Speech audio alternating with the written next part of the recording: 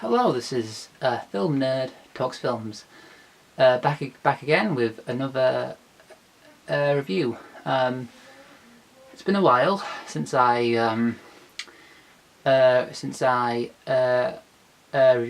reviewed a film because I've been quite ill.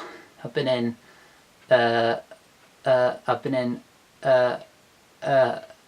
hospital. And apparently my stutter's gotten kind of bad since then, so I do apologise. I'll try to not stutter too much.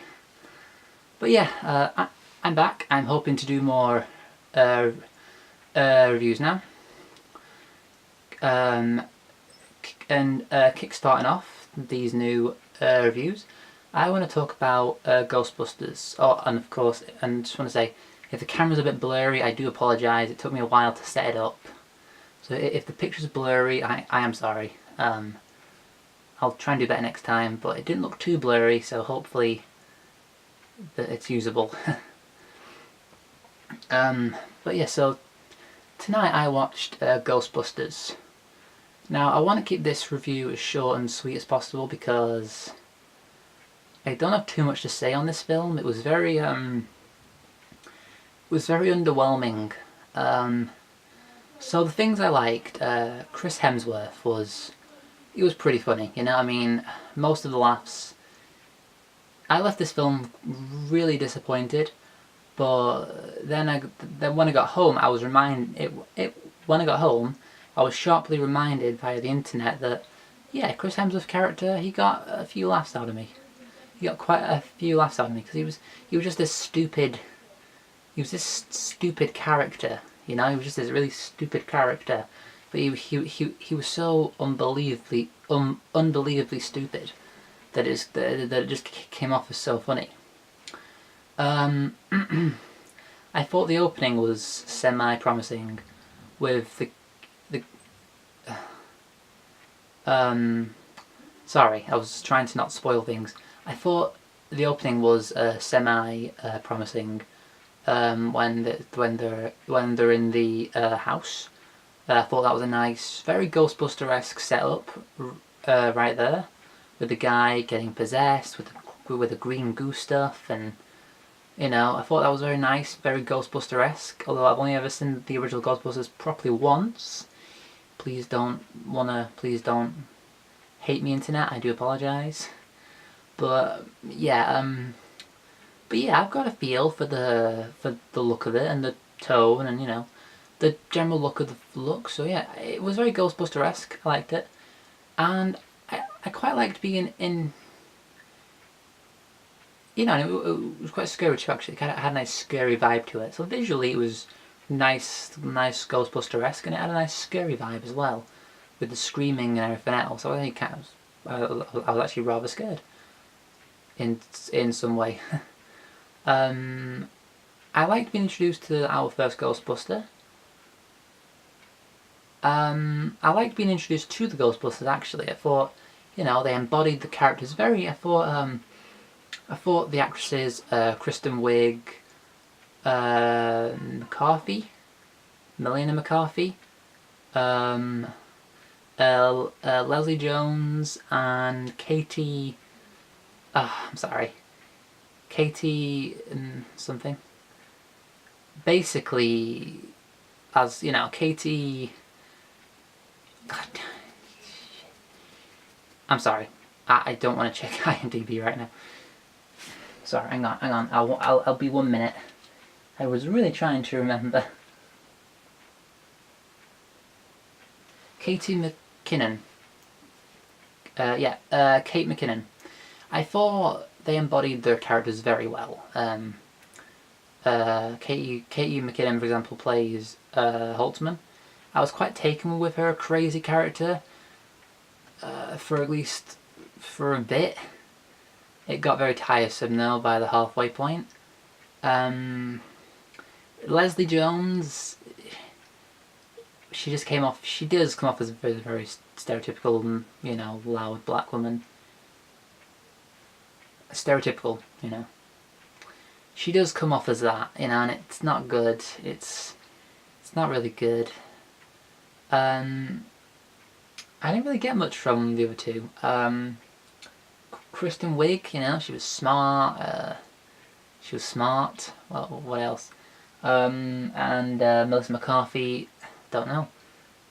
I don't know. I just, I'm not sure about these characters. I mean, they embody the characters quite well, but as the film goes on, I'm not quite sure what to make of them as the film goes on, as the film went on, and they got really tiresome. The only character that didn't get tiresome was the other character that didn't get tiresome, or the only character that wasn't boring was Chris Hemsworth's character. That being, I'm not even going to look. Sorry, I'm really bad with names. I do apologise. I'm trying to fix this. But yeah, Chris Hemsworth character. He was great. He was so funny. He was the best character in the whole film. And when your sidekick character is the best you have, you've kind of messed up there. It felt like the film didn't build to anything.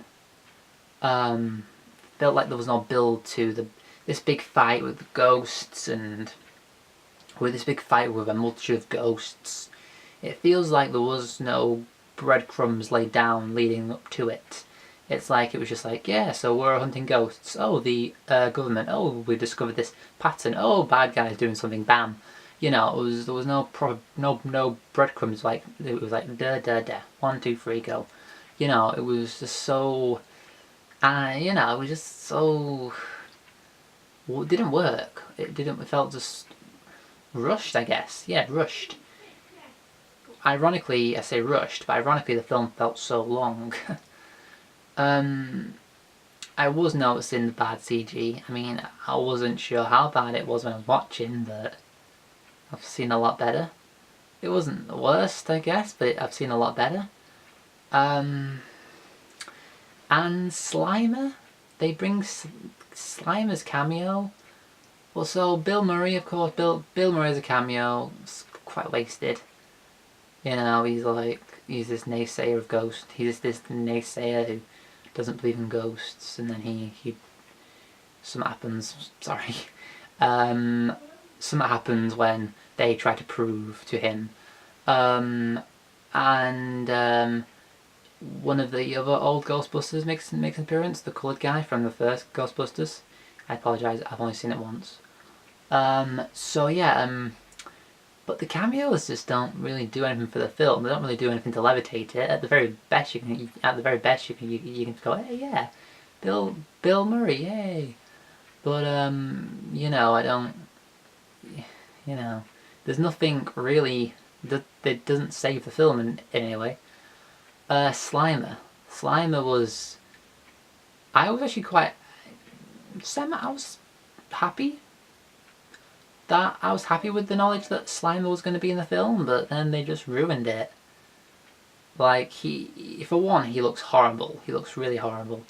Like, too much CG. He's a CG blob of mess. And then they give him this weird. Well, let's just say, have you ever wanted to see a female Slimer? It's just wrong. Then the big marshmallow guy, what they do with him, it's like what they do with what did they do with the source material, the little things, just doesn't levitate to the film, and it just comes off as really insulting when they do try to use it.